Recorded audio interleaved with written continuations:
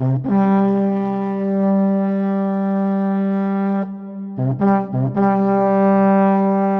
y'all, if you publish Facebook and or Instagram videos like I do, you've probably run into a situation where it may have contained audio, it may have contained a soundtrack, and Facebook or Instagram may have taken that post down because they didn't feel that the audio was licensed to be able to be used within that video. So I did a lot of digging and I found this website, and here's the URL right here.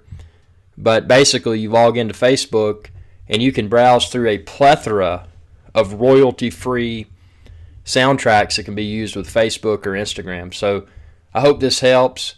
Again, I've tried a lot of third party sources, but even using third party sources that are Creative Commons or royalty free, often I ran into problems where my videos would be incorrectly flagged. But by using this audio instead, at least at the time of posting this video, I have not encountered any issues. So I hope this helps, and be sure to subscribe, youtube.com/IRickSky. Y'all have a good day. Hey y'all, iRickSky here. If you enjoyed this video, please be sure to subscribe, like, and share. It's viewers like you that enable my channel to continue to grow. Thank you.